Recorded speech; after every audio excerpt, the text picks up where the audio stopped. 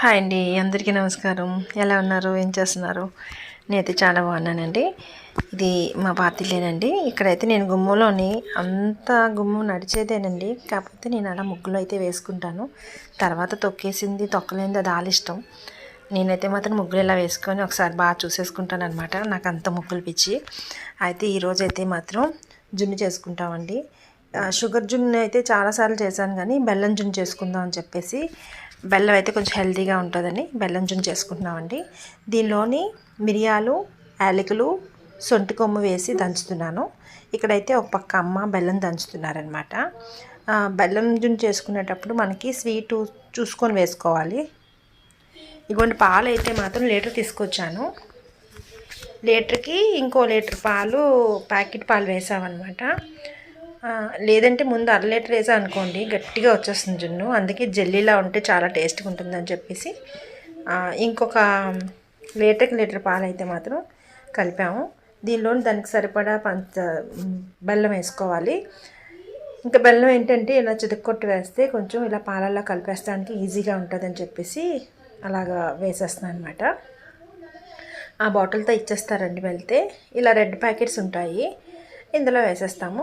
ఇదైతే మాత్రం దంచానండి, కొంచెం కచ్చపచ్చగా దంచుకోవాలి, మరి పౌడర్లా కాకుండా. ఇది జున్నులోని వేస్తాం కదా, నా ఫ్లేవర్ అది చాలా చాలా బాగుంటుంది అనమాట. మీకు ఎవరికైనా జున్ను అంటే ఇష్టమైనా, నాకైతే చాలా ఇష్టం అండి. ఒకసారి ఎప్పుడో ఫీవర్ ఉన్నప్పుడు నేను తినడం మానేసాను తప్ప, నేను ప్రతిసారి కూడా జున్ను అంటే చాలా ఇష్టం, జున్ను బాగా తింటానండి. జున్ను వల్ల ఉపయోగాలు ఏంటంటే, ఈ జున్ను తినడం వల్ల మనకి డి విటమిన్ ట్యాబ్లెట్స్ 1 year వరకు వేసుకోక్కర్లేదంటండి. అంత హెల్దీ ఫుడ్ ఇది. ఒక్క సంవత్సరంలో ఒకసారి జున్ను తింటే 1 year వరకు డి విటమిన్ ట్యాబ్లెట్ అయితే వేయక్కర్లేదంట. ఆ జున్నులో అంత పోషకాలు ఉంటాయన్నమాట.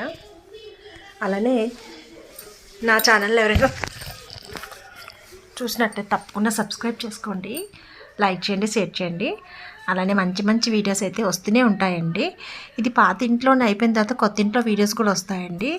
రీసెంట్గా మేము ఏ ఇంట్లోకి దిగాము, ఏంటి, ఎలా ఉంది హౌస్ అన్నది చూపిస్తాను మీకు. ఇదిగోండి, నేనైతే దంచాను కదా, ఇక్కడ యాలకులు, సొంటి కొమ్ము. సొంటి చాలా గట్టిగా ఉంటుందండి, దంచలేము. అలాగే గట్టిగా దంచాను అనమాట. మిరియాలు కలిపి దంచేసి ఆ పౌడర్ వేస్తున్నాను అనమాట.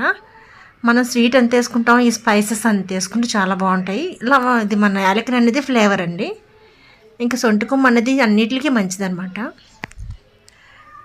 అలానే చూసారు కదా, మనకి ఆవు పాలు అనేసరికి పసుపుగా వస్తాయన్నమాట. మనకి తేడా తెలిసిపోద్దండి, బర్రెపాలకి ఆవు పాలకి తేడా తెలుస్తుంది.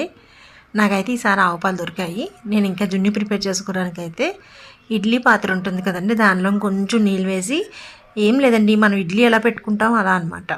కొంచెం నీళ్ళు వేసి దానిలోని మనం గిన్నెతో ఏదైతే కలుపుకున్నాం కదా, ఇందులో బెల్లం ముక్కలు ఉన్నాయో లేదో చూసుకోవాలండి. బాగా కరిగించాలి, అసలు ఒక్క ముక్క కూడా లేకుండా కరిగించుకోవాలి. అప్పుడు ఇది పెట్టేసుకొని దీని మీద మూత పెట్టేసుకోవడమేనండి. పెట్టుకొని మనకు తెలిసిపోద్ది ఉడికినప్పుడు.